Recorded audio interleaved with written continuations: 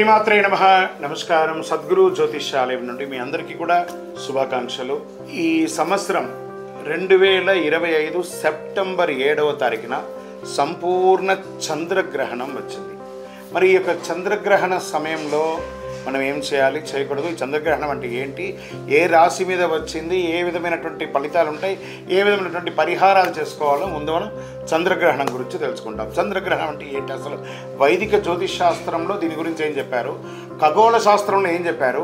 కొంతమంది వితండవాదులు ఆ గ్రహణం రోజు మేము ఇవన్నీ చేస్తాం, అవన్నీ చేస్తాం, ఇవన్నీ లేవంటుంటారు. వీటన్నిటికీ ఏమైనా ప్రమాణం ఉందా, లేదా ఏదైనా అస్ట్రాలజర్స్ మాత్రం చెప్తూ ఉంటారా అని చూసుకుంటే, ఖగోళ శాస్త్రంలో చంద్రుడు భూమిని చుట్టూ తిరుగుతాడు, భూమి సూర్యుని చుట్టూ తిరుగుతుంది.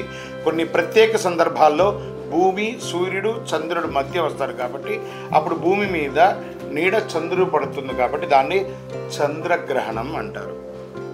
చంద్రుడు పూర్తిగా భూమి నీడలోకి వెళ్తే సంపూర్ణ చంద్రగ్రహణం అంటారు. కొంత భాగం మాత్రమే వెళ్తే అర్ధ చంద్రగ్రహణం అంటారు. నీడ కాకుండా కేవలం భూమి వెలుతురు తక్కువ అయ్యే ప్రాంతానికి వెళ్తే ఫైనల్ చంద్రగ్రహణం అంటారు. వైదిక జ్యోతిష్ శాస్త్రంలో దీని ఏం చెప్పబడింది, చంద్రగ్రహణం రాహుగ్రహం లేదా కేతుగ్రహం వల్ల సంభవిస్తుంది. రాహు చంద్రుడి మింగడం అంటే గ్రహించడం అంటారు, దాన్ని వెలుతురు తగ్గుతుంది. చంద్రుడు మనసు భావోద్వేగాలు వీటి మీద కూర్చుంటారు కాబట్టి చంద్రగ్రహణ సమయంలో చాలా ప్రభావితాలు ఉంటాయని చెప్తారు. సరే, ఈ చంద్రగ్రహణం వచ్చినప్పుడు మనం ఏం చేయాలి, ఏమి చేయకూడదు, ఆహార పానీయాలన్నీ కూడా మానేయాలన్నమాట. సూక్ష్మ క్రియలు ఎక్కువ అవుతూ ఉంటాయి కాబట్టి ఆ సమయంలో ఆహారం మానేస్తే చాలా మంచిది అంటారు. మంత్ర జపం ఈ సమయంలో ఉన్నటువంటి ఒక ఆధ్యాత్మికంగా ఎవిడెన్స్ ఏమంటే, మీకు ఏదైనా ఉపదేశం ఉంటే ఆ మంత్రాన్ని లేదా ఏదో ఒక దైవ మంత్రాన్ని ఒక్కసారి చెప్తే 1 కోటి సారి చేసినంత ఫలితం అని అంటారు. ఇంకా పారే జలంలో కానీ లేదా చెరువులో కానీ దీంట్లో కూర్చొని అందులో కొంతవరకు నిలబడి కూడా చక్కగా జపం చేస్తే ఇంకా విశేషం అంటారు. గ్రహణం తర్వాత తల స్నానం చేయడం, ఇల్లంతా కడిగి శుభ్రం చేసుకొని చక్కగా దీపారాధన చేయడం, భోజనాది కార్యక్రమం చేయడం అంటారు. వైదిక జ్యోతిష్ శాస్త్ర ప్రకారం ఎప్పుడు వచ్చింది గ్రహణం, ఎన్ని గంటలకు వస్తుంది, ఎన్ని గంటలకు పడుతుంది, ఎన్ని గంటలకు వదులుతుంది అనేది మనం చూస్తాం. సెప్టెంబర్ 7 రాత్రి 9:58 గ్రహణ శూల గ్రహణమే ప్రారంభమైపోతుంది. దానికి ఒక 2-3 గంటల ముందు గ్రహణ శూల స్టార్ట్ అవుతుంది. అదే సమయంలో గ్రహణం సెప్టెంబర్ 8న తెల్లవారుజామున 1:26 ముగుస్తుంది. ఈ చంద్రగ్రహణ ప్రభావం 3:29 ఉంటుంది.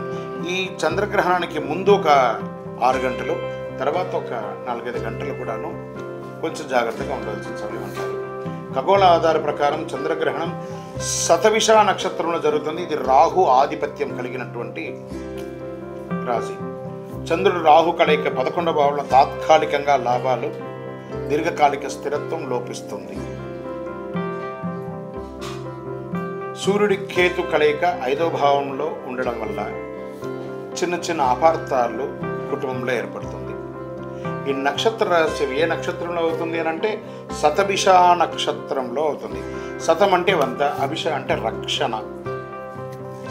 100 రక్షణ కవచాలు కలిగినటువంటివన్నీ కూడాను చంద్రగ్రహణ సమయంలో అవన్నీ కూడా శక్తి కోల్పోతుంది. చంద్రగ్రహణ సమయంలో చంద్రుడు మనసు జలతత్వం, రాహుకేతు మాయ కర్మబంధం ఇలా ఉంటుందన్నమాట. గ్రహణ సమయంలో చంద్రుడు శతభిష నక్షత్రంలో అధిపతికి రాహుగా ఉన్నాడు. రాహు తన స్వనక్షత్రంలో ఉండడం వల్ల మానసిక భావోద్వేగాలు శారీరక స్థాయిలో గరిష్ట స్థాయిలో తగ్గిపోతుందంట. ఈ రాహు చేత గ్రహించబడడం వల్ల మానసిక అశాంతులు, చిన్న చిన్న సామాజికమైనటువంటి ఇబ్బందులు, జలప్రళయాలు, చిన్న చిన్న జలప్రళయాలు, క్షేత్రస్థాయిలో ఉన్నటువంటి జనాలందరికీ కూడా వ్యాపార, ఉద్యోగ, రాజకీయ అందరికీ కూడా మిశ్రమ ఫలితాలను ఇస్తుంది. మన శరీరంలో కూడా రక్తపోటు కూడా బీపీ, షుగర్స్ కూడా కొంచెం లెవెల్స్ మారుతూ వస్తుందని చెప్తుంటారు. గ్రహణ సమయంలో భూమి, చంద్రుడు, సూర్యుడి మధ్య శక్తి, ఎనర్జీ అనేది తగ్గిపోతుంది. ఈ సమయంలో ఏం చేయాలి, మంత్రసిద్ధి చేసుకోవాలి. ఈ మంత్రసిద్ధి చేసుకునే సమయంలో ఎంత దైవభక్తి కలిగి ఉంటే అంత మంచిది.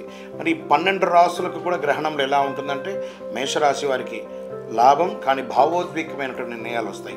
వృషభ రాశి వారికి వృత్తి మార్పు, ఒత్తిడిని నియంత్రించండి. మిథున రాశి వారికి విదేశీయ ప్రయాణం ఉంటుంది, ఆర్థిక ప్రణాళిక ఉంటుంది. కర్కాటక రాశి వారికి ఆస్తి లాభం, అప్పు తగ్గించుకోవడం మంచిది.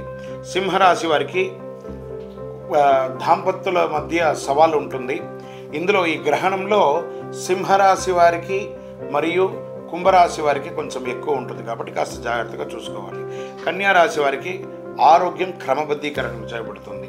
తులారాశి వారికి అన్నిటా విజయం ఉంటుంది, కాస్త అహంకారం తగ్గించుకోండి. వృశ్చిక రాశి వారికి కుటుంబ సమస్యలన్నీ పరిష్కారం అవుతుంది, భావోద్వేగమైనటువంటి నిర్ణయాలు తీసుకుంటారు. ధనుసు రాశి వారికి వ్యక్తిగత పురోగతి, ఖర్చును మాత్రం నియంత్రించాలి. మకర రాశి వారికి ఖర్చులు ఎక్కువ అవుతుంది, పొదుపును పెంచుకోవడానికి ప్రయత్నం చేయండి. కుంభరాశి వారికి స్వయ మార్పు, ఒంటరితనం వద్దు. కుంభరాశి వారికే ఈ యొక్క గ్రహణంలో చాలా ప్రాధాన్యత ఉంది, దైవారాధన చేయండి. మీనరాశి వారికి ఆధ్యాత్మికంగాను సామాజికంగాను లాభంగా ఉంటుంది, కానీ మోసపోకండి.